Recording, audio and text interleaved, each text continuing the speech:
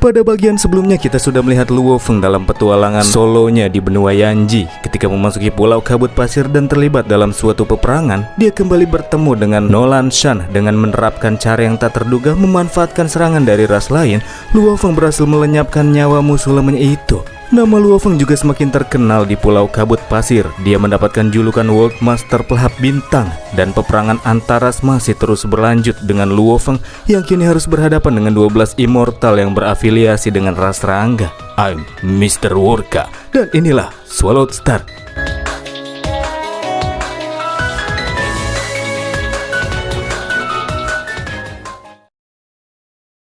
Masih di lokasi yang sama, kelompok ras manusia yang sebelumnya bertarung bersama Luo Feng, khususnya dua komandan pemimpin pasukan, merasakan adanya gelombang energi yang berasal dari jutaan kilometer jauhnya. Mereka tahu ini berasal dari markas kubus serangga yang dijaga oleh 12 immortal.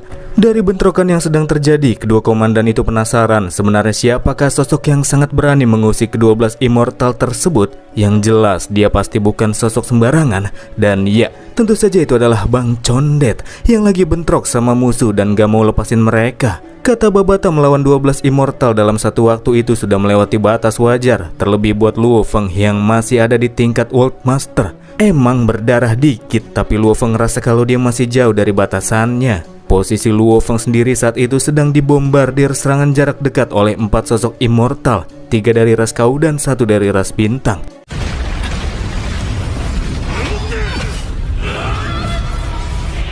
Luo Feng sengaja masih belum melakukan perlawanan. Dia berputar-putar mengulur-ngulur waktu mencari momen ketika 12 immortal itu pada berpencar. Setelah ngajak musuh berputar-putar, akhirnya Luo Feng berhasil menemukan momen tersebut. Berbalik melakukan serangan, Luo Feng pakai teknik Rolling and Crushing Universe untuk menghempaskan musuh, sebelum akhirnya menargetkan satu orang dengan teknik barunya, Seven Absolute Blade.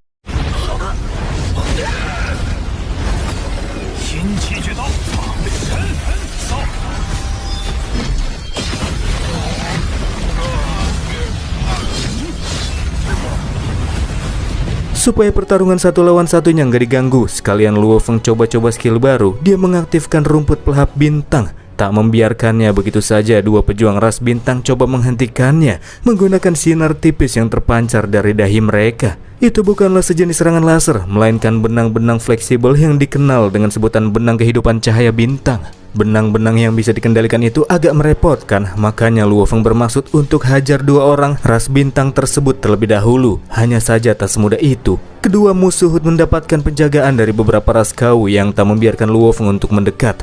Benang yang mulai membentuk bola dan mengelilingi Luo Feng itu diciptakan dari kristal inti kehidupan ras bintang. Bisa dikatakan itu merupakan benang yang terkondensasi dari seluruh energi kehidupan mereka, sehingga benangnya sulit buat dihancurkan. Memang cukup sulit bagi Luo Feng untuk bisa melepaskan diri dari jebakan tersebut. Namun bukan berarti dia nggak bisa ngelawan.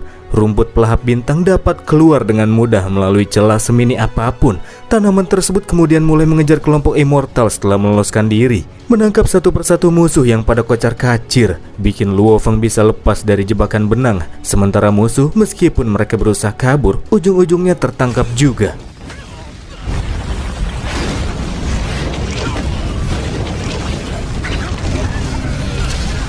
Ketika rumput pelahap bintang meremukan beberapa tubuh musuh, sisanya berhasil lepas dari jeratan. Hanya saja Luo Feng langsung bertindak, mencabik-cabik musuh dengan serangan pedangnya. Sekalian Bang Condet mengaktifkan mode pejuang darah.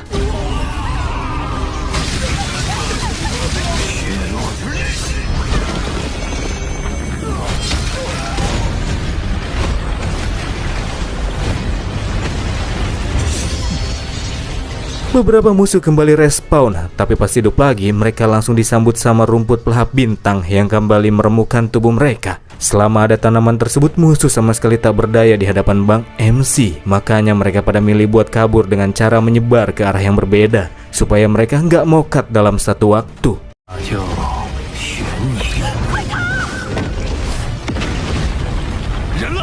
Gara-gara itu Luo Feng mesti milih siapa yang mau dia incar duluan. Dan dia memilih pejuang dari ras Kau yang paling nyolot, sesosok batu berkepala botak. Ketika tertangkap dalam jeratan rumput pelahap bintang, botak batu itu bilang kalau Luo Feng gak boleh bunuh dia karena dia punya kakak kandung bernama Panya. Di antara 12 marquis yang bertahta di Pulau Kabut Pasir, satu di antaranya berasal dari ras Kau, dan Vanya, sang Giant Stone, merupakan marquis tersebut. Botak Batu berkata jika di seluruh pulau ini tidak banyak tokoh yang mau menjadi musuhnya, apalagi menjadikan kakaknya sebagai musuh. Ketika ngasih tahu Luo Feng kalau kakaknya orang kuat, Botak Batu tersebut diam-diam melakukan panggilan bantuan kepada si kakak pakai kepik yang tersimpan dalam tubuhnya. Faktanya hal itu tak bisa disembunyikan dari Luo Feng yang bilang gak usah sembunyi-sembunyi kalau pengen ngadu. Luo Feng kemudian narik serangga komunikasi itu keluar dari tubuh musuhnya dan meninggalkan pesan buat Panya, berkata jika si adik serta seluruh anggotanya bakalan mokat di tangan Luo Feng. Dari pertarungan tersebut Luo Feng rasa kalau ras Kau itu nggak ada apa-apanya. Jadi Luo Feng saranin buat Panya dan teman-temannya supaya pergi saja dari Pulau Kabut Pasir agar nyawa mereka bisa terselamatkan. Sebagai penutup, Luo Feng menenggelamkan Botak Batu dengan rumput pelahapnya. Katanya di antara marquis yang ada di Pulau Kabut Pasir, Panya termasuk terkuat di antara 12 orang tersebut. Makanya Baba tak heran kenapa Luo Feng malah nantangin Panya kayak orang gak ada takut-takutnya. Jadi saat itu di antara 12 marquis di Pulau Kabut Pasir, kubu serangga punya 4 orang. Bisa dikatakan mereka merupakan ancaman bagi ras manusia. Makanya Luo Feng berniat buat melemahkan pihak dari kubu ras serangga. Dan inilah momen yang tepat untuk melakukannya. Sementara itu di tempat lain, sebuah batu hidup ngasih laporan ke atasannya, Panya, dari peperangan yang terjadi di sana, meskipun pihak manusia telah mengalami kerugian yang cukup besar, tapi kekuatan utama yang manusia miliki masih belum tumbang. Di antara kekuatan manusia yang paling menarik perhatian Panya adalah sang World Master pelahap bintang, Luo Feng, manusia yang telah membunuh adiknya serta rasnya yang dianggap gak seberapa itu. Sudah kelewatan, mengingat hutang darah di antara ras manusia dan ras serangga sudah bertumpuk, Panya akan mengambil tindakan. Dia akan mengawalinya dari Luo Feng sebagai target awalnya. Padahal mah itu cuma alasan Panya yang pengen balas dendam. Panya bergerak dengan cepat dengan emosi meluap-luap menuju ke arah keberadaan Luo Feng. Luo Feng yang telah lama menanti merasakan kehadiran musuh dan coba melahapnya masuk ke dalam dunia batinnya. Namun itu tak berguna di hadapan Panya yang punya kekuatan hukum api mengerikan dan brutal dan meledak-ledak dan apalagi. Panya nggak nyangka jika Tuan World Master pelahap bintang begitu berani. Dia masih belum pergi setelah menghabisi adiknya. Aku sudah lama menanti. Semoga kau nggak mengecewakanku, kata Luo Feng yang malah nantangin. Gak pakai lama Panya yang udah emosi berat mulai melepaskan serangan berat dengan hantaman palunya. Sementara Luo Feng sambil melihat serangan lawan mendapati jika musuh di hadapannya itu lebih berbahaya bila dibandingkan dengan 12 immortal yang sebelumnya dia lawan secara bersamaan. Untuk menarik Luo Feng yang terus menghindar, Panya mengeluarkan pusaran api di udara. Dan ketika Luo Feng tertarik ke depannya, dia melepaskan serangan palu berat yang meledak-ledak, membuatnya terhempaskan ke permukaan. Serangan lanjutan musuh pun kembali dilayangkan. Namun kali ini Luo Feng melakukan perlawanan, membenturkan serangan lawan dengan teknik 3 pukulan melintasi alam semesta. Sambil berkata jika sebelumnya Bang MC sengaja terkena serangan telak cuma untuk memverifikasi seberapa besar kekuatan Panya. Namun setelah ini Luo Feng janji gak akalan kena serangan musuh lagi. 3 buah klon bayangan Luo Feng menyerang melalui robekan dimensi yang muncul di segala arah dan tertutup kembali setelahnya, membuatnya dapat menyerang sekaligus kabur dalam waktu singkat. Metode serangan baru Luo Feng ini bikin Panya terdorong mundur.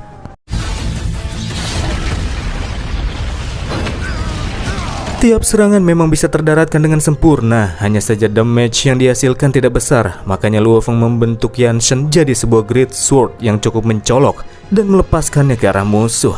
Namun serangan dengan penetrasi kuat tersebut berhasil ditiadakan oleh Panya yang mengumpulkan kekuatan hukum api di sekelilingnya dan membentuk topan berapi.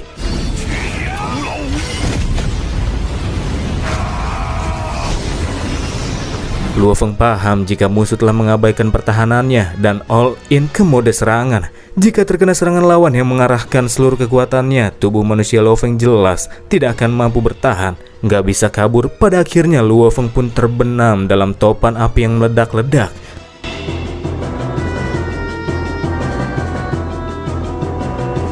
Merasa sudah ada di atas angin, Panya berjanji hari ini dia bakalan bikin Luo Feng menderita karena sudah terlalu berani menentang ras Kau. Ketika asap yang mengepul di udara mulai menghilang, tiba-tiba saja Panya merasakan sosok kehadiran yang begitu kuat berasal dari seekor monster raksasa yang dia yakini pasti itu merupakan pelayan Luo Feng.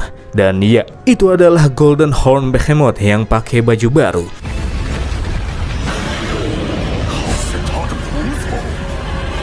Ketika seluruh tubuhnya terlihat semakin jelas, Behemoth ketika menghilang dan tahu-tahu sudah ada di atas posisi Panya. Sebelum diinjak oleh tubuh raksasa Behemoth, Panya kembali membentuk topan, bikin palu api raksasa dari bebatuan buat nyerang Behemoth. Tapi palu-paluan Panya malah dipeluk sama Behemoth sampai hancur.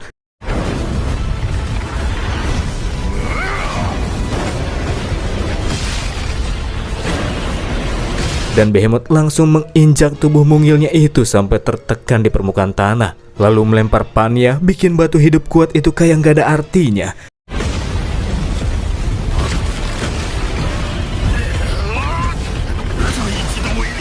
Dari sinilah Panya merasa jika kekuatan Behemoth itu setara sama Immortal King. Ketika terhempas ke udara, Behemoth menggunakan cakar perobek langit, membelah-belah tubuh Panya jadi beberapa bagian. Karena musuh bisa respawn berkali-kali, siklus itu pun berulang selama beberapa kali juga.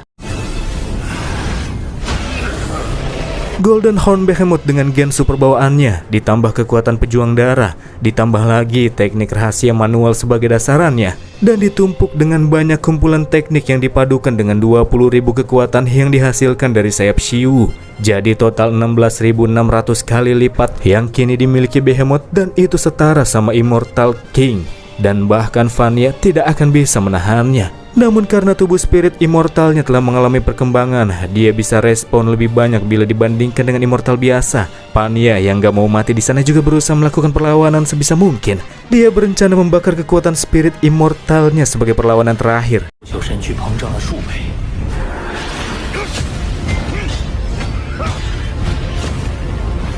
Jika terus mengandalkan tekanan kekuatan, nampaknya Luo Feng masih belum cukup untuk membebat musuhnya. Solusinya ialah Luo Feng menambahkan kekuatan ruang yang didapat dari efek penggunaan sayap Shiwu pada serangan Behemoth.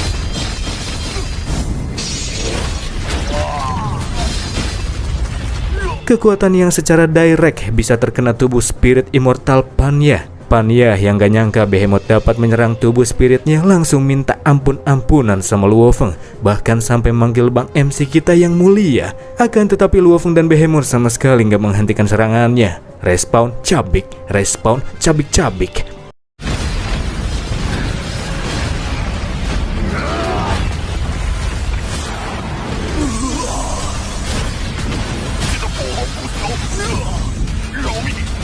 Jadi daripada mati tanpa melawan, akhirnya Panya meledakkan diri dengan sisa kekuatannya yang habis dikikis sama Luo Feng.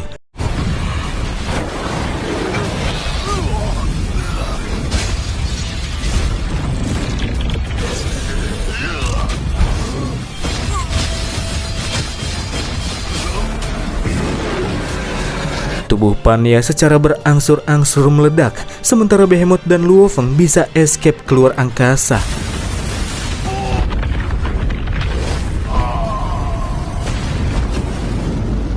Pada kenyataannya, kata Babata, ledakan sebesar itu sekalipun masih belum cukup untuk membongkar Behemoth yang memiliki perlindungan dari sayap Shiwu. Di sini Luo Feng berpendapat jika saja dia bertarung menggunakan sayap Shiwu sebagai mata pedang dan belajar memperdalaminya, pasti Behemoth bisa berkembang dengan banyak. Bisa juga dikombinasikan sama teknik berpedang. Cuma Luo Feng belum tahu gimana caranya makainya. Luo Feng mau tanya hal itu sama Tuan Guru.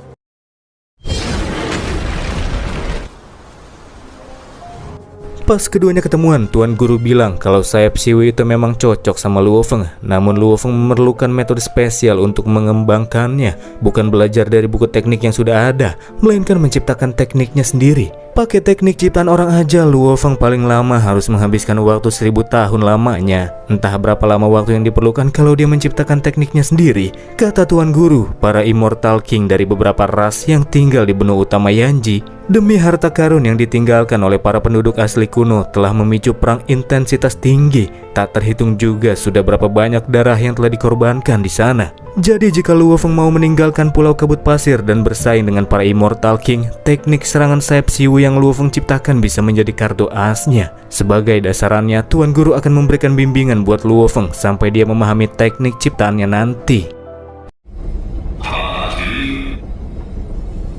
Sementara itu di base Rasmussen, kepada Lord yang dihubungi melalui panggilan virtual, Palati janji kalau dia bakalan belajar sama kakak senior di depannya supaya kedepannya nggak mengalami kegagalan lagi. Sebenarnya Palati males ladenin kakak seniornya itu sebab dia pada awalnya cuman AI dari sebuah pesawat yang mengalami evolusi dan kini jadi pejuang Immortal King. Zveka adalah nama Rasmussen satu itu. Zveka laporin kepada Sang Lord kalau dia sudah menyelesaikan 50% dari tugas yang diberikan oleh Sang Lord.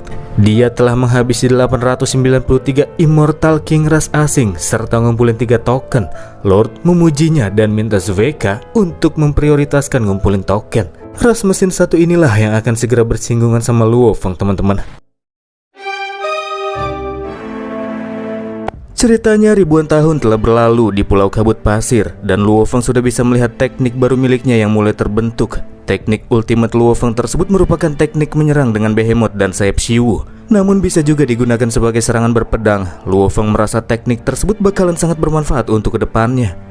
Tentu saja untuk menciptakannya terbilang cukup sulit dan bukan sekedar pekerjaan satu hari jadi, di mana Luo Feng juga membutuhkan terobosan dalam pikirannya. Makanya sambil Luo Feng berlatih, dia juga langsung terjun ke lapangan medan pertarungan untuk menguji teknik yang masih dalam masa pengembangan. Ribuan tahun ini Luo Feng bertarung di Pulau Kabut Pasir dengan mengandalkan Behemoth dan sayap Shiwu. Yang diketahui oleh para pejuang di Pulau Kabut Pasir, Behemoth mendapatkan julukan sebagai Silver Wing King, monster misterius dengan kekuatan tingkat Immortal King yang sama sekali belum pernah berkonflik dengan pihak manusia. Namun bagi para pejuang tingkat Marquis yang berasal dari ras Demon, ras Rangga, dan ras Mesin, Silver Wing King merupakan momok yang begitu mengerikan.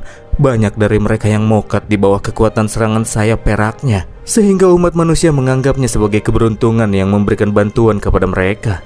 Luo Feng mengingat di sepanjang perjalanannya dia selalu melangkah dengan keyakinan penuh dari dalam hatinya. Tekad kuat untuk melindungi orang-orang di sekitarnya, Luo Feng yakini akan menjadi jembatan untuk dapat menciptakan teknik ultimate barunya. Ketika tenggelam di dalam pikirannya, Luo Feng sempat mengingat perkataan Tuan Guru yang pernah mengatakan jika teknik yang Luo Feng ciptakan hanya akan cocok bagi dirinya, meskipun hanya menciptakan satu teknik dan sebagai awalan itu sudah cukup untuk penggunaan Luo Feng selama beberapa waktu ke depan. Tuan Guru bertanya apa nama teknik baru yang Luo Feng buat itu.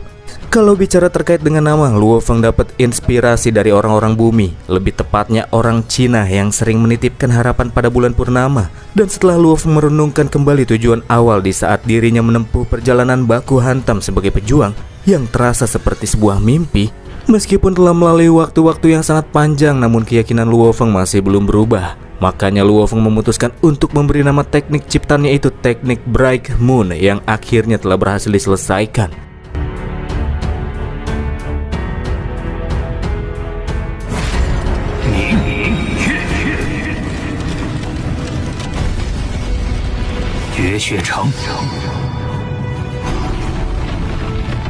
Setelah menciptakan teknik tersebut, Luo Feng beranjak pergi dari Pulau Kabut Pasir menuju benua utama. Di sisi lain, para pejuang dari berbagai ras seperti ras yang mirip sama tikus ini pada nangis bahagia. Setelah 1000 tahun Pulau Kabut Pasir diamuk sama Silver Wing King, kini akhirnya mereka bisa bernafas dengan lega. Karena makhluk mengerikan itu akhir-akhir ini sudah tidak lagi melakukan serangan. Entah kemana perginya, yang pasti keadaan sudah mulai tenang. Di tengah perjalanan, Babata menjelaskan jika benua utama Yanji itu sangat berbeda dengan Pulau Kabut Pasir. Di sana bertebaran banyak pejuang kuat tingkat immortal ke atas. Jika sampai ditargetkan sama makhluk-makhluk kuat seperti itu, Luo Feng pasti bakalan berada dalam bahaya. Gak apa-apa, kata Luo Feng. Beberapa harta yang sebelumnya Luo Feng dapatkan memberikan petunjuk kalau Luo Feng memang harus masuk ke benua utama Yanji. Jadi meskipun berbahaya, Luo Feng harus tetap melakukannya. Setelah memasuki benua utama menuju pangkalan manusia, Luo Feng yang kini ada di sekitar pangkalan bisa melihat ukiran aneh pada sebuah dinding gerbang raksasa. Para penduduk asli dari benua Yanji ini sebenarnya sudah musnah jutaan tahun yang lalu, namun beberapa ukiran yang mereka tinggalkan cukup misterius dan mengandung kekuatan samar yang masih belum bisa terpecahkan. Di masa lalu ketika medan perang ke-7 ini dibuka, pejuang kuat dari 4 ras puncak datang untuk menyapu bersih benua Yanji. Dan karena tidak bisa melakukan perlawanan, pada akhirnya suku Yanji menyembunyikan harta karun mereka di berbagai menara suci dan menggunakannya sebagai tempat perlindungan. Tapi kebanyakan menara suci berhasil diambil alih oleh berbagai ras, walaupun tempatnya sangat tersembunyi. Menurut informasi yang didapatkan oleh manusia, lebih dari 10 menara suci yang ditemukan sebelumnya telah kosong. Hartanya sudah diambil oleh para penginvasi. Sedangkan untuk menara suci yang lokasinya paling tersembunyi masih belum bisa ditemukan. Bahkan sosok dengan kekuatan deteksi universe venerable saja sekalipun tidak bisa menemukannya. Entah itu lokasi maupun cara untuk membuka menara suci tersembunyi, semuanya masih belum diketahui. Karena belum punya informasi apapun, Luo Feng akan terus menjelajahi benua Yanji. Dia yakin jika petunjuk yang mengarah pada menara suci tersembunyi pasti bakalan muncul cepat atau lambat.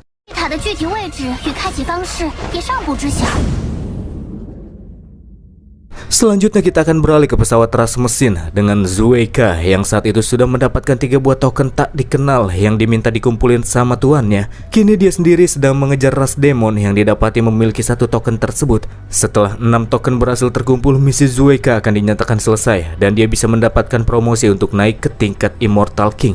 Dalam pengejarannya, Zueika mendapati terdapat pihak ketiga yang tengah menyerang mangsanya. Siapakah sosok mengganggu itu? Dan ya, dia adalah Bang Condet yang lagi nyerang ras demon. Dan gak pakai babi bu, langsung menggunakan teknik Bright Moon. Gerakan pertama Milky Ways Hanging in the Sky. Ngomong-ngomong Bright Moon, totalnya 3 gerakan teman-teman. Dan sekarang Luo Feng baru bikin 1. Luo Feng pakai teknik berpedangnya buat ngalahin 2 ras Chiusi sama ras demon.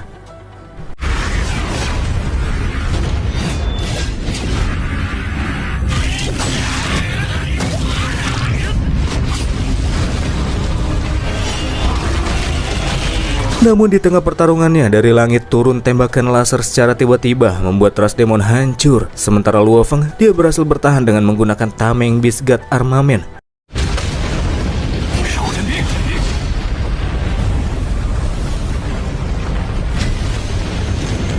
Setelah serangan tersebut, Luo Feng memang masih belum mengetahui tentang apa yang baru saja terjadi. Namun kendati demikian, sebelum pergi dari sana, Luo Feng tak lupa mengambil lootingan yang di-drop sama ras demon, yang diantaranya terdapat token yang diincar sama Zueika. Ketika melihat ke langit, ternyata penyerangan dilakukan sama ras mesin. Karena detektor Luo Feng sama sekali tidak menunjukkan keberadaan 9 kapal yang kini terlihat di langit, artinya kapal tersebut menggunakan perangkat kamuflase. Hal itu juga menunjukkan jika peralatan musuh jauh lebih mutakhir bila dibandingkan dengan peralatan yang Luo Feng miliki.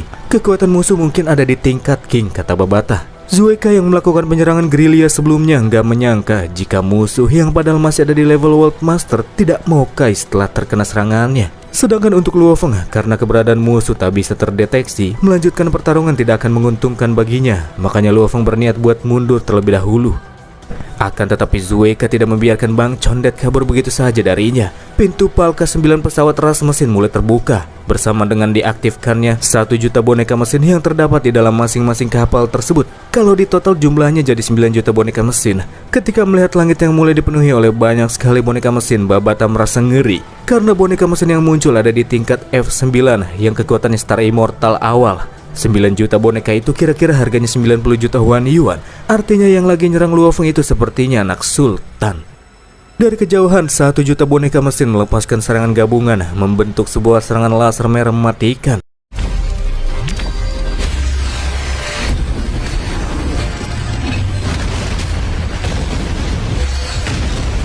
Sambil terus menghindar dari serangan yang datang, Luo Feng sadar jika dirinya hanya mengandalkan perisai dewa binatangnya dan armornya itu tidak akan bertahan lama.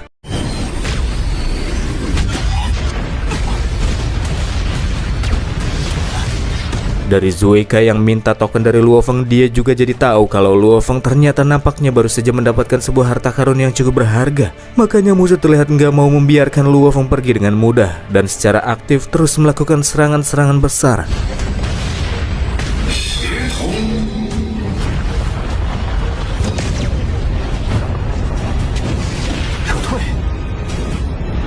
Sembilan juta boneka F9 yang ada di langit juga membentuk formasi melingkar. Ke arah manapun Luo Feng bergerak, musuh akan ikut bergerak demi menjaga jaraknya dengan target yang bisa diserang kapan saja. Sebagai boneka mereka bergerak secara fleksibel dan begitu dinamis. Luo Feng yang terus-menerus menghindari serangan jarak jauh mulai merasa jengkel. Merasa jika metode yang digunakan oleh ras mesin begitu pengecut.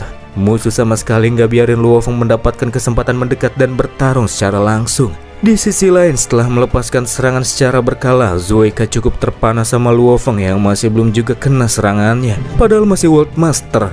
Padahal setiap serangan yang dilepaskan sama para bonekanya itu serangan yang bisa menumbangkan pejuang Immortal Marquis. Hal ini semakin membuktikan jika Luo Feng bukan World Master biasa.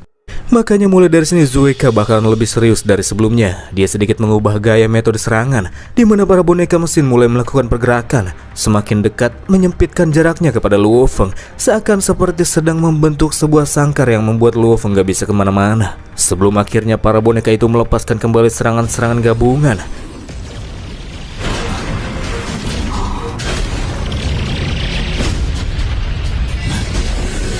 Gara-gara jarak serangan yang makin dekat dan turun secara berkelanjutan, Luo Feng jadi kesulitan untuk menghindarinya.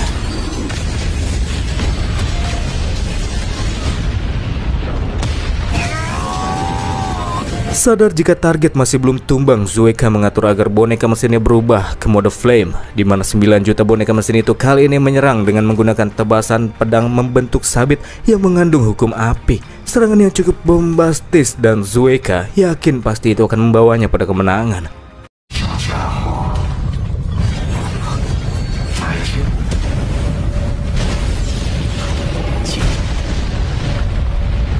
Ketika Luo Feng tenggelam di dalam ledakan, tiba-tiba saja muncul serangan-serangan yang membuat para boneka mesin pada langsung terbelah-belah. Serangan dari kepakan sayap yang dilepaskan sama si Raja Sayap Perak. Monster kuat tersebut mulai mengamuk, bergerak untuk mencabik-cabik para boneka mesin. Zueika kembali dibuat heran dengan Luo Feng yang bisa-bisanya menjadikan Silver Wing King sebagai bodyguardnya. Sebenarnya siapa sih sosok World Master ini? Pikir Zueika. Daripada menanggung banyak kerugian, ras mesin satu itu mengatur agar para boneka mesinnya bergerak mundur. Tak membiarkannya begitu saja, Behemoth bergerak semakin cepat, menyerang secara barbar, membuat banyak para boneka mesin tingkat F9 terbelah. Dari pertarungan tersebut yang paling penting ialah Luo Feng sama sekali tidak menyia-nyiakan tubuh boneka mesin yang dia kalahkan. Luo Feng memasukkan tubuh boneka mesin yang rusak ke dalam ruang penyimpanannya. Inilah yang bikin Zueika mulai gelisah.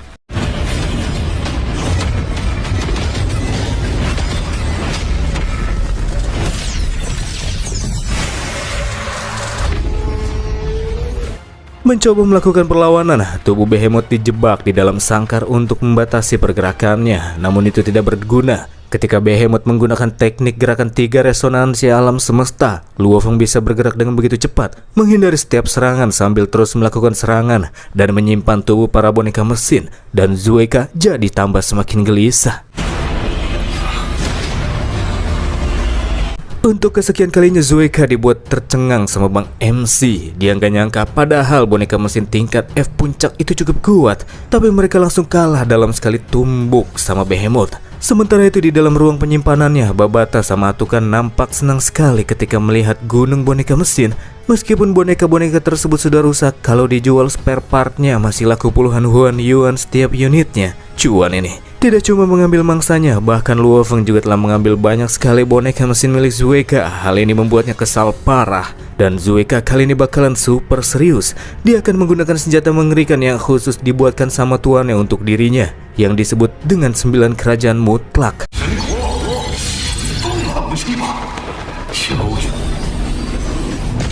Kapal utama yang digunakan Zueika melepaskan gelombang sinar keunguan yang kemudian saling terhubung dengan 9 kapal mesin yang lagi nyerang Luo Feng, sebelum akhirnya memenjarakan tubuh Behemoth di dalam ruang kubus ungu yang sangat luas.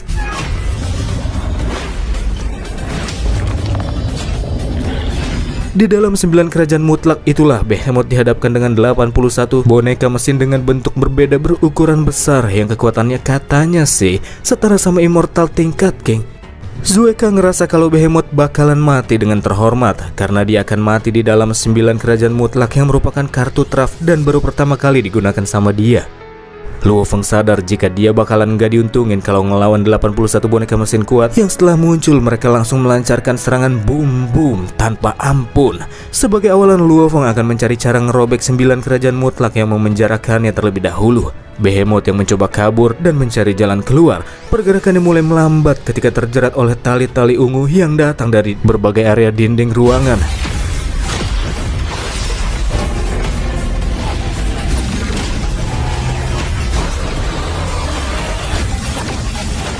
Ketika benar-benar tak bisa bergerak, para boneka mesin mengambil kesempatan untuk menyerang. Mereka berkumpul, membentuk serangan gabungan, bergerak berputar seperti roda gigi tajam yang berusaha memberikan tekanan pada tubuh lawan. Serangan yang cukup kuat, meskipun damage-nya sudah dikurangi dengan sayap siu dan armor, kekuatan tumbukan dari serangan gabungan lawan masih terasa sakit. Sama seperti ketika Behemoth masih telanjang dan belum pakai perlengkapan. Behemoth kini layaknya daging yang akan dicincang halus sama mesin penggiling. Roda-roda gigi boneka mesin memerangkap tubuh Behemoth yang kini sedang mengaktifkan domain sebagai perlindungan. Cara tersebut dilakukan karena Luo Feng lagi bingung bagaimana caranya untuk lolos dari perangkap musuh itu. Ya, bagaimanapun Luo Feng kini harus bertahan. Dia cukup yakin jika metode serangan yang digunakan lawan itu menguras banyak energi dan akan segera mereda. Dan ternyata benar saja, ketika Luo Feng merasakan jika serangan gilingan daging musuh mulai melemah, di saat itulah dia mendapatkan celah untuk membuka dunia batinnya.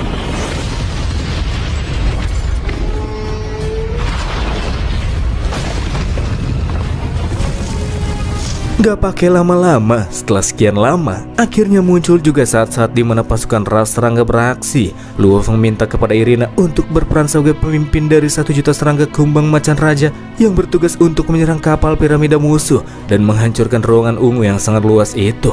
Serangan para serangga dari arah kejauhan memang nampak dapat menumbangkan beberapa boneka musuh. Namun, apakah itu cukup untuk menghancurkan 9 kerajaan mutlak Zueka?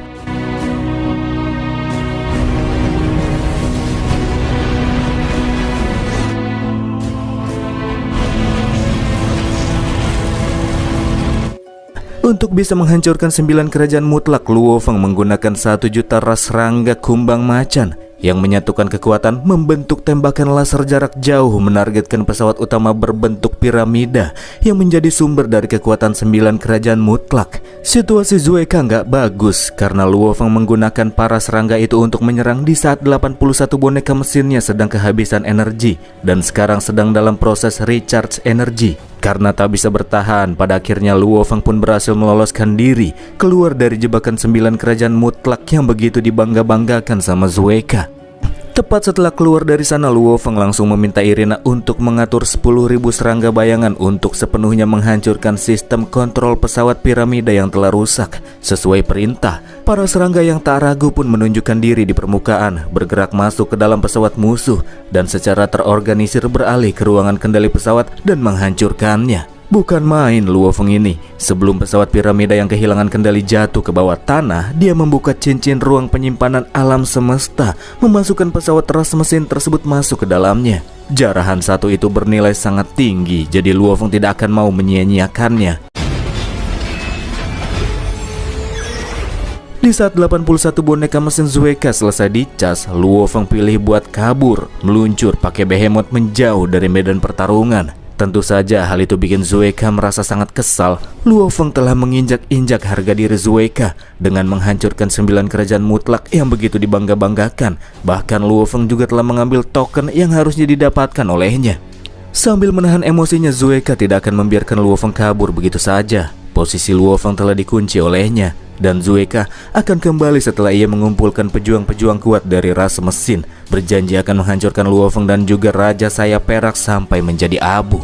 Luo Feng yang terus bergerak menjauh saat itu tidak bisa memastikan apakah musuh masih mengikutinya ataukah tidak. Tapi karena dia telah merampas pesawat musuh dan memberikan kerugian yang begitu besar, Luo Feng yakin jika musuh pasti bakalan gak biarin Luo Feng pergi dengan tenang. Musuh pasti tidak akan menyerah. Mengingat di benua utama Yanji terdapat banyak pejuang Immortal King, jika Zueka mencari bantuan dari mereka, jelas situasi Luo Feng pasti akan jadi berbahaya. Maka dari itulah, untuk bisa menghindari pelacakan musuh, Luo Feng akan menggunakan sebuah metode teleportasi. Sementara itu Zueka yang lagi nelpon teman-temannya buat minta bantuan dan janjiin mereka untuk mendapatkan imbalan yang besar, mendapati jika Silver Wing King alias Raja Sayap Perak Behemoth menghilang dari radar pantaunya. Posisinya kini telah sepenuhnya berada di luar jangkauan detektor canggihnya. Zueka semakin kesal bukan main, padahal dia baru saja mau melakukan serangan balik, tapi target malah menghilang. Namun kendati demikian, dia berjanji akan terus nargetin Luo Feng, terlebih ketika Luo Feng kembali memasuki benua Yanji. Luo Feng yang diteleportasikan jauh dari benua utama menggunakan jasa suatu entitas yang disebut sebagai Star Fantasy King. Dia merupakan sosok spesialis teleportasi, teman-teman.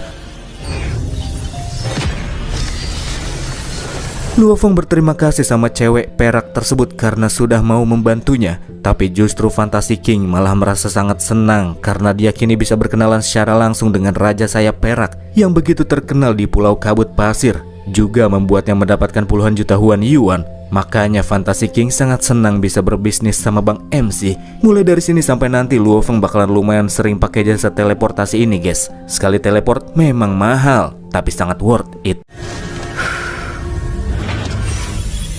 Luo Feng mikir kalau Fantasy King itu gampang banget buat cari uang. Satu kali teleport 10 juta Huan Yuan, hampir sama dengan seluruh aset Huyanbo.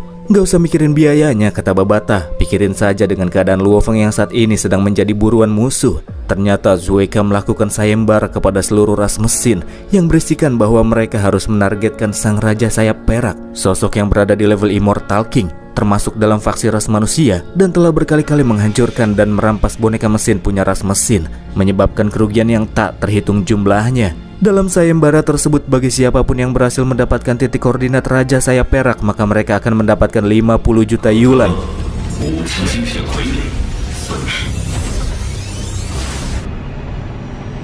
Isi dari misi sayembara Zueka yang menyebar di dalam ras mesin berhasil didapatkan sama tim Taiwu yang melakukan peretasan. Isinya, kalau bisa mendapatkan posisi Raja Sayap Perak sebagai imbalan, ras mesin yang ikut akan mendapatkan 50 juta yuan. Yuan itu mata uang ras mesin. Kalau dikonversikan ke Huan Yuan itu setara sama 25 juta Huan Yuan. Besar sekali nominalnya. Luo Feng yang juga mendapatkan kabar tersebut jadi sadar kalau selanjutnya dia tidak akan bisa menunjukkan behemothnya lagi di permukaan dengan mudah. Kata Babata, insiden sebelumnya itu terjadi karena detektor Luo Feng yang terlalu lambat bereaksi. Jadi ada baiknya jika Luo Feng kembali dulu untuk membeli detektor yang lebih canggih supaya tidak kena masalah seperti sebelumnya.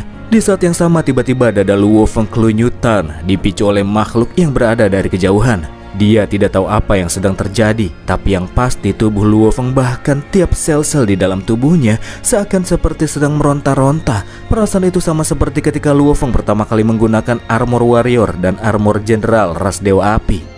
Luo Feng bertanya-tanya sebenarnya apakah itu sampai bisa memberikan pengaruh sekuat itu dari jarak yang sangat jauh kepadanya. Itu juga bereaksi terhadap plat logam Dewa Api yang tersimpan di dalam cincin Luo Feng. Di sebuah pesawat alien, kita akan diperlihatkan dengan orang-orang pejuang dari ras asing yang memberikan laporan kepada bosnya jika 300 juta kilometer di depan mereka ditemui sebuah pesawat manusia. Di dalam kapal tersebut cuma ada satu orang saja dan cuma berada di level World Master. Sang bos tidak menyangka jika di medan perang luar angkasa yang dipenuhi oleh pejuang-pejuang kuat masih ada World Master manusia yang bertindak seorang diri. Apakah itu karena manusia merupakan salah satu dari 4 ras puncak yang memiliki banyak dukungan? Sangat berbanding terbalik dengan ras satu ini. Mereka menyebut diri mereka berasal dari ras Nashi yang hanya bisa terus berlatih keras gara-gara mereka terisolasi dan terpaksa bekerja sama dengan ras demon.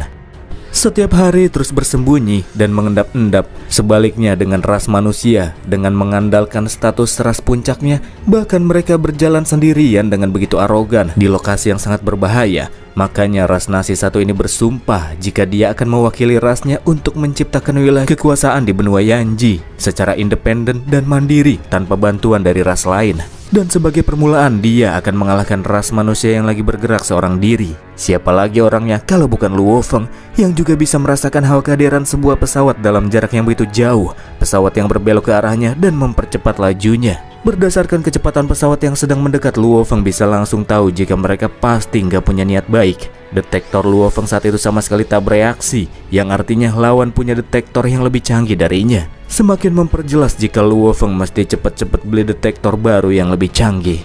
Perasaan Luo Feng masih sama seperti sebelumnya. Seluruh darahnya terasa seperti sedang mendidih, seolah sedang mencoba mendorongnya untuk segera menggunakan segenap kekuatannya bertarung dengan musuh secara mati-matian. Badan Luo Feng saat itu udah panas, pengen baku hantam. Tapi masalahnya masih belum jelas sekuat apa musuh yang mendekat. Jadi mending pergi saja.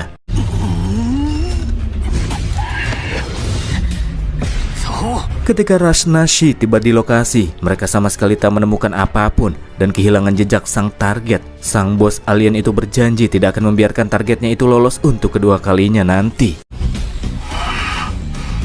Luo Feng kembali menggunakan teleportasi, pulang ke pangkalan 7. Sama seperti pejuang yang lain, Luo Feng akan pulang dulu ke basis pangkalan militer, mempersiapkan diri dan baru bertindak kembali nantinya, setelah dia melakukan persiapan yang matang. Setelah kembali, langkah pertama yang Luo Feng lakukan ialah menjual hasil jarahan yang didapatkan. Pesawat piramida ras mesin beserta robot-robotnya punya nilai yang sangat tinggi, sehingga Luo Feng membutuhkan channel yang paling oke kalau mau menjualnya dengan harga yang pantas. Pada akhirnya Luo Feng mendapatkan channel dari gurunya. Barang-barang jarahan tersebut pun terjual seharga 6,1 miliar Huan Yuan. Itu semua jarahan Luo Feng dari ras mesin. Sementara jarahan yang Luo Feng peroleh dari perang selama lebih dari 1000 tahun cuma sekitar 100 juta Huan Yuan saja. Jadi bisa dikatakan kalau Zueka itu seperti berkah. Karena gara-gara dia, Luo Feng bisa langsung dapat aset puluhan kali lipat dibandingkan dengan kerjaan yang dilakukan olehnya selama 1000 tahun di medan perang. Langkah kedua, Luo Feng menggunakan hasil penjualannya untuk membeli detektor baru.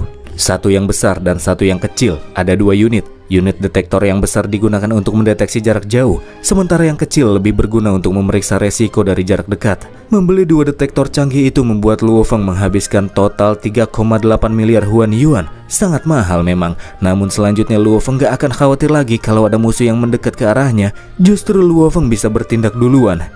Langkah ketiga, Luo Feng menggunakan uang yang tersisa buat beli bahan untuk mengembangkan tanaman anggur awan dan kristal inti dewa api. Sebuah kristal yang ledakannya setara sama pejuang Immortal King ketika meledakkan dirinya. Kristal tersebut akan berguna buat Luo Feng di saat-saat genting. Setelah melakukan persiapan, Luo Feng berhenti sebentar di luar angkasa dekat dengan pangkalan untuk memberikan bahan kultivasi super yang sebelumnya dibeli kepada tanaman anggurnya. Ketika menyerap bahan tersebut, Luo Feng bisa mendengar terdapat suara perempuan, dan itu adalah suara tanaman anggur awan. Tanaman tersebut merintih kesakitan selama proses penyerapan bahan. Sementara Luo Feng hanya bisa memberikan semangat, berharap agar anggur awan bisa bertahan sampai akhir. Ketika anggur awan mekar dalam bentuk terbarunya, Luo Feng bisa merasakan tekanan alam semesta asli dari tanaman tersebut, menunjukkan jika anggur awan berhasil menembus tingkat immortal. Anggur awan yang bisa berbicara berterima kasih kepada Luo Feng yang sudah membantunya melakukan terobosan, dan sekarang tanaman tersebut bisa membangun dunianya sendiri.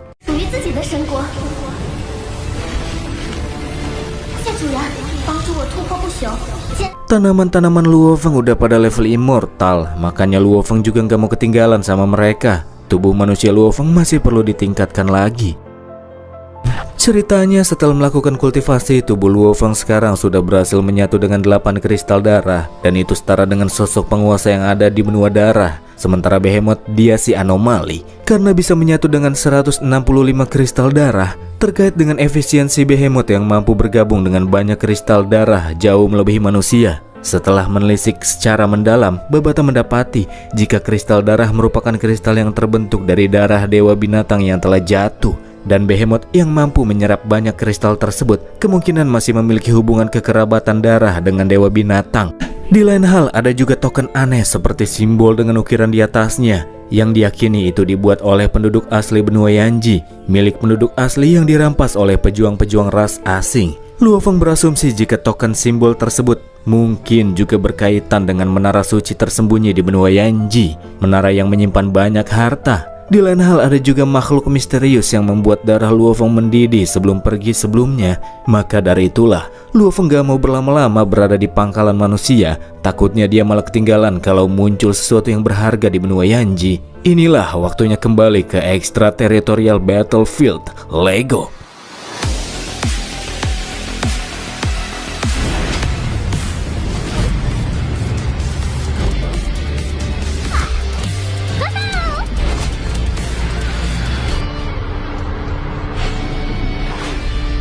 Singkatnya, Luo Feng akhirnya kembali masuk ke benua Yanji. Setelah tiba di sana, Luo Feng bisa merasakan musuh sebelumnya yang pengen ngincar dia. Dan kali ini Luo Feng lah yang akan memulai tindakan terlebih dahulu. Keberadaan musuh yang bikin darah Luo Feng mendidih juga bisa dideteksi sama detektor barunya. Didapati musuh misterius itu berada 1 miliar kilometer di depan mereka, dan musuh saat itu juga lagi memburu manusia. Di tengah-tengah pengejarannya, ketika alien tersebut tiba-tiba berhenti, mereka bisa merasakan adanya ras lain yang telah mendeteksi posisi mereka. mencoba melakukan pelacakan balik. Sayangnya itu tidak berhasil. Mereka hanya bisa mendeteksi jika posisi mereka sudah dikunci oleh musuh. Sementara musuh yang mendekat, posisinya tidak bisa ditentukan secara akurat, yang artinya detektor lawan itu lebih canggih dari milik mereka. Sebesar itulah pengaruh detektor dalam penjelajahan. Pihak yang punya detektor lebih canggih akan diunggulkan. Mereka bisa bikin rencana dan tindakan lebih dulu. Setelah melakukan penyelidikan, Baba tak kasih tahu kalau ketiga alien tersebut berasal dari ras Nashi yang termasuk dalam faksi ras demon. Kabarnya mereka juga sering bertindak secara mandiri. Mereka tak mau berada di bawah kubu dari ras manapun. Bagi Luo Feng, sifat mandiri ras Nashi memang patut diacungi jempol. Tapi tetap, mereka adalah musuh yang mesti disingkirkan olehnya. Kalau mereka bawa harta karun, pasti mantap, kata Bang MC sambil senyum jahat. Para alien tersebut menggunakan tanaman bunga untuk membuka domain, membuat Luo Feng sadar jika musuh sudah mengetahui kalau mereka sedang diincar. Bos dari ras Nashi itu mengungkapkan kepada Luo Feng yang bisa mendengar suaranya dari kejauhan, berkata bahwa dia sudah memanggil teman-teman Immortal King-nya dan berkata kalau dia nggak mau berantem sama Luo Feng. Tapi jika mereka sampai benar-benar harus berantem, maka teman-temannya yang kuat itu akan segera datang. Salah satu bawahan alien tersebut heran, kapan bosnya itu memanggil sekutu Immortal King mereka? Ya tentu saja dia cuma menggertak. Karena kekuatan lawan tidak diketahui, mau tak mau mereka harus menghindar dari pertarungan tersebut. Bersama dengan itu sinyal detektor lawan pun menghilang, bikin para alien itu berpikir kalau Luo Feng mungkin sudah menyerah. Tapi justru sebaliknya, Luo Feng gak bisa dibodoh-bodohin. Karena alien tersebut tidak dapat mendeteksi kehadiran Luo Feng, mana mungkin ada sekutu yang mau bantuin dia. Luo Feng tahu itu cuma gertak sambal musuh yang ngerasa takut. Dalam aksinya kali ini, Luo Feng kembali meminta Irina untuk memerintahkan para serangga melepaskan serangan gabungan super maksimum dari kejauhan.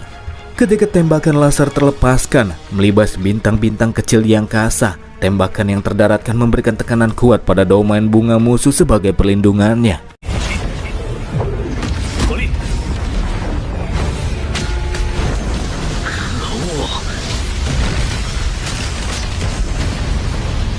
Setelah domainnya hancur, musuh menggunakan pesawat tingkat F9 untuk mentamenginya. Apakah itu sudah cukup untuk menanggung serangan super para serangga?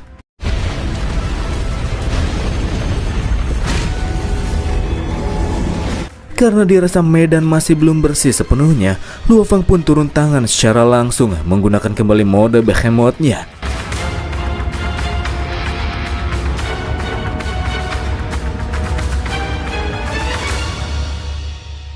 Ras Nashi yang mendapatkan serangan dari Luo Feng yang menggunakan militer serangganya berhasil selamat dari kematian, memaksa Luo Feng untuk terjun langsung ke medan perang menggunakan tubuh Behemoth yang sekarang punya julukan Silver Wing King. Dia akan menghancurkan ketiga orang dari ras Nashi yang telah membantai banyak ras manusia. Pemimpin dari kelompok musuh ngerasa kalau Luo Feng alias Behemoth yang bukan berasal dari ras manusia itu mestinya bisa berdiri sendiri dengan kekuatannya, bukannya malah menjadi anjing peliharaan dari ras manusia. Itu sih wajar, karena musuh sama sekali nggak tahu kalau Behemoth tubuhnya udah Luo Feng ambil teman-teman. Karena kebanyakan yaping nggak bakalan mengakhiri masalah, Behemoth pun berkata kalau mereka langsung gelut sajalah. Melakukan serangan, seperti biasa Behemoth aka Silver Wing King terbang dengan kecepatan tinggi, menyerang menggunakan sayap Shiwu yang bisa mencabik-cabik lawan.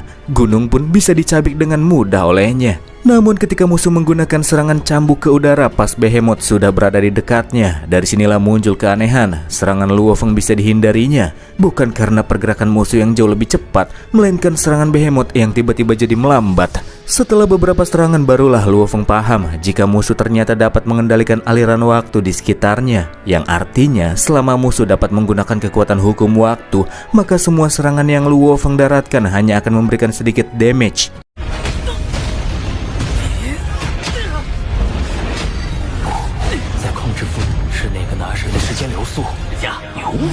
Pemimpin dari ras Nashi dan satu bawahannya coba melakukan serangan dua arah ketika pergerakan Behemoth jadi melambat.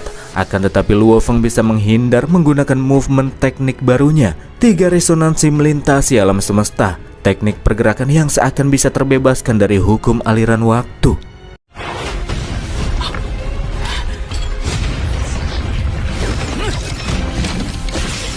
Musuh pun mulai panik menyaksikan pergerakan Behemoth yang terlalu seriwing. Serangan mereka jadi nggak ada yang kena. Justru sebaliknya, Luo Feng yang melakukan serangan balik dengan sayapnya berhasil menghabisi salah satu dari ras Nashi yang paling lemah dalam satu kali hentakan. Karena musuh nggak hidup lagi setelahnya, artinya dia masih belum mencapai immortal. Sang pemimpin tim yang kehilangan satu anak buahnya dan sadar tak bisa mengalahkan Silver Wing King yang terlalu OP maksimal, pada akhirnya memilih untuk kabur. Dan untuk bisa melakukannya, pertama-tama dia mengunci pergerakan Behemoth dengan kekuatan hukum waktu yang lebih kuat, melepaskan rantai-rantai ungu yang dipasang di sekeliling tubuh Behemoth.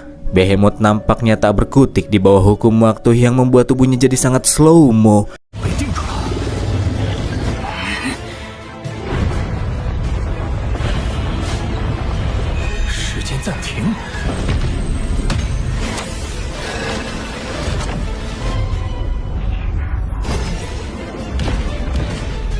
Luo Feng mengakui jika dirinya bisa terkena trik lawan itu karena dia memang kurang dalam pemahaman hukum waktu. Jadi untuk bisa berhadapan dengan musuh yang bisa memanipulasi aliran waktu di sekitarnya, yang bisa dilakukan olehnya hanyalah mengandalkan kekuatan yang lebih besar untuk membobol secara paksa. Meningkatkan intensitas kekuatan di dalam tubuh, Luo Feng pun berhasil terbebaskan dari kekangan hukum waktu musuh, menghancurkan rantai-rantai keunguan yang bikin gerakannya jadi slow-mo parah. Meskipun posisi musuh kini sudah lumayan jauh, tapi Luo Feng dapat merasakan posisi tepatnya melalui detektor serta harta karun yang dibawa oleh musuh. Cuman masalahnya, pemimpin ras Nashi itu dapat menggunakan penghentian waktu di saat Luo Feng ingin menyerang. Untuk dapat membunuh makhluk satu itu nampaknya tidak akan mudah dalam keadaan Luo Feng yang sekarang. Berbekal kekuatan saja masih belum cukup, jadi Luo Feng berpikir buat nyiapin semacam jebakan coy. Ceritanya 9 hari pun sudah berlalu. Pemimpin ras Nashi terbang tanpa terhenti sekalipun sambil mengubah-ubah rutenya. Hingga saat itu dia juga merasakan jika Silver Wing King sudah tidak lagi membuka sinyal deteksi. Dia berpikir pasti sudah keluar dari deteksi musuh. Sebagai langkah untuk benar-benar membuatnya aman, ras Nashi tersebut mengeluarkan satu kapal lain yang selama ini dia simpan. Kapal yang dilengkapi oleh kabin pelindung kelas G, cukup untuk menahan serangan dari pejuang immortal tingkat King. Masuk ke dalam kapal, dia kemudian masuk ke dalam danau. Musuh pikir sudah terbebaskan, padahal selama ini Luo Feng terus melakukan pemantauan tanpa menggunakan detektor yang sempat dinonaktifkan. Setelah cukup lama, Luo Feng senang karena musuh akhirnya berhenti kabur-kaburan juga. Dan inilah waktunya untuk kembali memulai pergerakan. Luo Feng terjun dari kapalnya, beralih ke tubuh Behemoth, seraya meminta Irina untuk menggunakan 1 juta militer serangga, mempersiapkan kembang api besar yang meriah, spesial teruntuk musuh yang lagi ngumpet di dalam air. Militer serangga kemudian melepaskan serangan gabungan mereka, serangan yang membuat air danau bergemuruh dan mulai terangkat ke atas. Serangan yang terus masuk ke dalam permukaan dan terlihat nampak tetap tidak kehilangan kekuatannya meskipun sudah bergerak sangat jauh.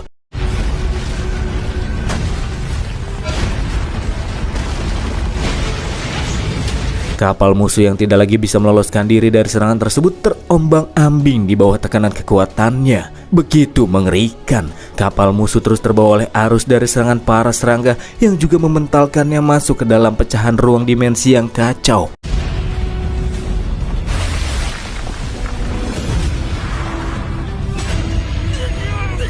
Meski sudah ada di dalam pecahan dimensi, efek dari tekanan kekuatan yang dilepaskan oleh para serangga masih belum mereda, menyebabkan satu lagi musuh harus benar-benar mokoi. Dan kini yang tersisa cuma tinggal pemimpinnya saja yang masih bisa respawn.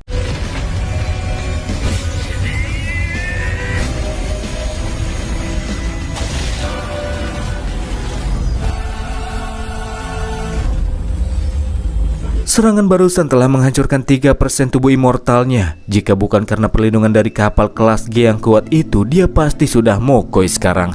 Kapal musuh yang terombang-ambing di dalam pecahan dimensi nabrak pilar yang ada di dalam ruangan tersebut, bikin kapalnya langsung kepotek. Nashi tersebut langsung keluar dari kapalnya sambil heran sama pecahan ruangan dimensi yang aneh yang kini dirinya masuki itu. Baru keluar dari kapal, tahu-tahu Silver Wing King udah ada di depan matanya. Kejar-kejaran pun kembali terjadi. Behemoth bergerak dengan begitu leluasa, fleksibel dan cepat, bikin musuh heran. Bisa-bisanya Silver Wing King sama sekali tidak terpengaruh sama aliran ruang dimensi yang kacau.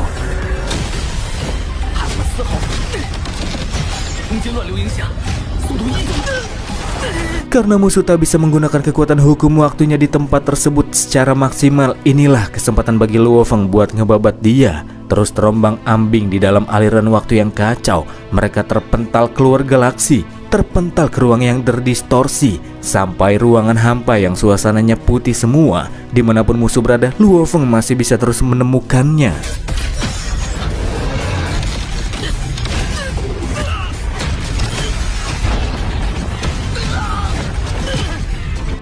Ketika memasuki lokasi yang agak normal, Nashi satu itu berhasil mendaratkan serangan laser pembeku waktunya kepada Behemoth, mengikat kakinya dan kemudian memutar-mutar tubuh raksasanya.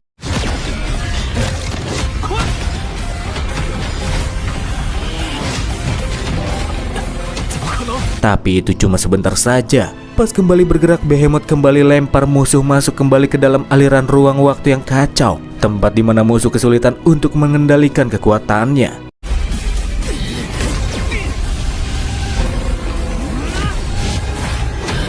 Beku, beku, beku, kata Shinashi. Beku-beku apaan beku? Meledak lu, balas Luo Feng sambil dia ngelempar kristal inti dewa api ke arah musuhnya. Ledakan yang tercipta dari inti kristal api tersebut setara sama ledakan yang tercipta dari pejuang Immortal King ketika meledakkan dirinya. Untuk bisa bertahan dari ledakan musuh menggunakan kembali kapal kelas G-nya serta pertahanan dari tanaman bunga. Sementara Behemoth dia cuma pakai sayap yang dilapisi sama sayap Siwu. Siapakah yang pertahanannya lebih kuat?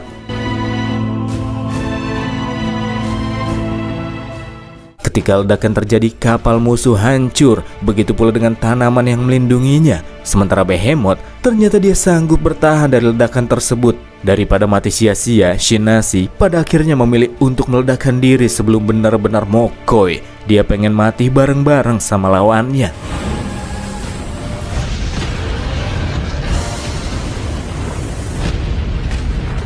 Dua kali ledakan besar di benua Yanji, tentu saja itu bisa dirasakan oleh para pejuang yang ada di sana. Ras demon yang mendapatkan titik koordinat Silver Wing King dari pertarungan tersebut langsung menjualnya kepada Zueka. Setelah ledakan mereda, Behemoth ternyata masih belum tumbang. Memang super dia ini, apalagi ditambah sayap Siwu. Melihat-lihat area sekitar, Luo Feng menemukan cincin penyimpanan yang di-drop sama pemimpin Nasi. Luo Feng bisa merasakan jika di dalam cincin tersebut terdapat harta karun yang sebelumnya membuat jantung Luo Feng kelunyutan. Sesuatu yang bisa dia rasakan dari jarak yang sangat jauh. Sebenarnya apakah itu? Sebelum melakukan unboxing, Luo Feng merasakan sosok kuat mendekat ke arahnya. Berasal dari sosok pejuang ras Chiukui yang berafiliasi dengan ras mesin, Raja Lonceng Ungu namanya. Dia datang ke sana dan bisa merasakan jika baru saja muncul reaksi energi yang sangat kuat, menunjukkan baru saja ada pertempuran besar yang terjadi di tempat tersebut. Raja Lonceng Ungu ini disewa sama Zueka buat ngebabat Silver Wing King. Zueka langsung datang ke sana setelah dapat titik koordinat Silver Wing. Baru 30 detik berlalu, Zueka yakin kalau targetnya masih belum pergi jauh. Selain bawa temen, Zueka sekarang juga bawa mainan baru yang bernama penjara 6 sisi yang juga langsung diaktifasi. Di sisi lain, Luo Feng yang telah beranjak pergi mengetahui kalau yang datang merupakan ras mesin sebelumnya, musuh yang udah ngasih banyak hadiah buat Luo Feng. Bang Condet kini sudah menutup detektornya, dan selama dia terbang tidak terlalu cepat sampai menimbulkan gelombang ruang, maka keberadaan Luo Feng gak akan gampang buat ditemuin. Sebenarnya dari lubuk hati yang terdalam, Luo Feng pengen terima kasih sama Zueka. Kalau bukan karena hadiah yang dikasih sama dia, pasti Luo Feng kesulitan buat naikin tanaman anggurnya sampai level immortal. Dan karenanya jugalah Luo Feng bisa mengalahkan ras Nashi dan merebut hartanya. Situasi terasa tidak baik ketika Bang Condet melihat sinar putih kebiruan turun dari langit dan mulai membentuk penjara yang sangat luas.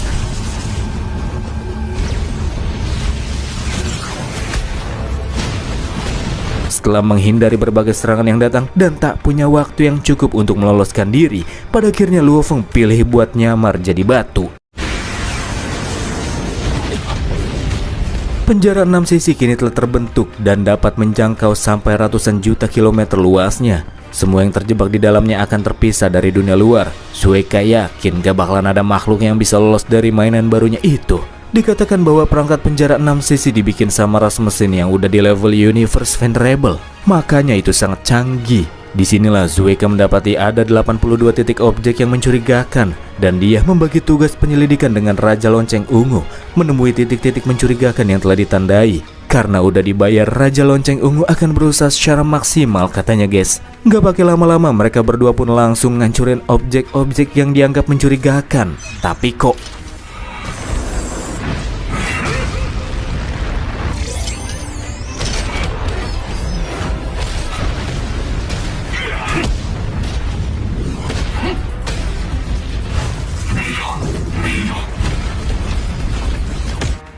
abis dihancurin semuanya, Zueka masih belum bisa nemuin Silver Wing King. Karena udah kesel, dia kemudian langsung menggunakan penjara 6 sisi buat ngancurin semua materi yang ada di dalam wilayah penjara tersebut. Zueka nggak segan-segan buat ngeluarin semua energi yang tersimpan di dalam penjara 6 sisinya. Katanya sih, kekuatannya setara sama ledakan Immortal King tingkat tinggi. Luo Feng yakin kalau perangkat musuh yang canggih itu harganya mungkin lebih dari 10 juta Huan Yuan.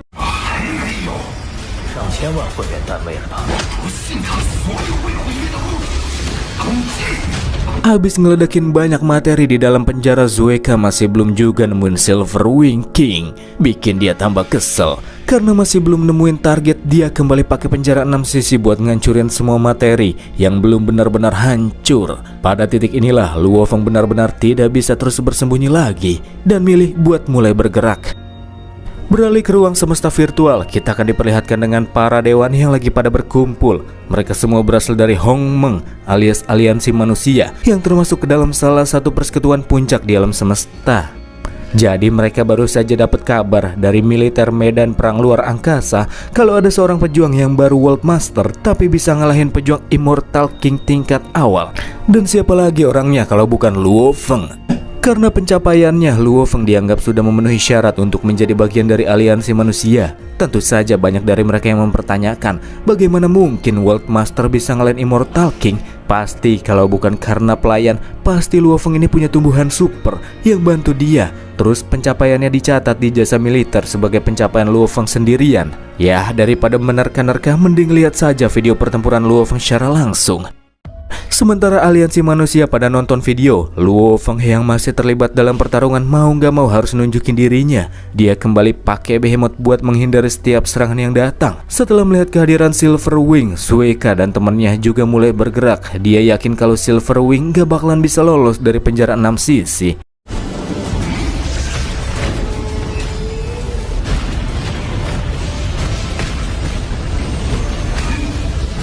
Sinar putih kebiruan yang dilepaskan oleh perangkat musuh memiliki kekuatan 1/10.000 dari sinar ungu 9 penjara mutlak Zueka sebelumnya. Luo Feng dengan penuh keyakinan kalau metode musuh itu tidak akan bisa menahan dirinya. Lagi-lagi Luo Feng pakai 3 resonansi melintasi alam semesta, bergerak cepat dan dengan begitu mudahnya menembus lapisan demi lapisan yang ada di dalam penjara 6 sisi.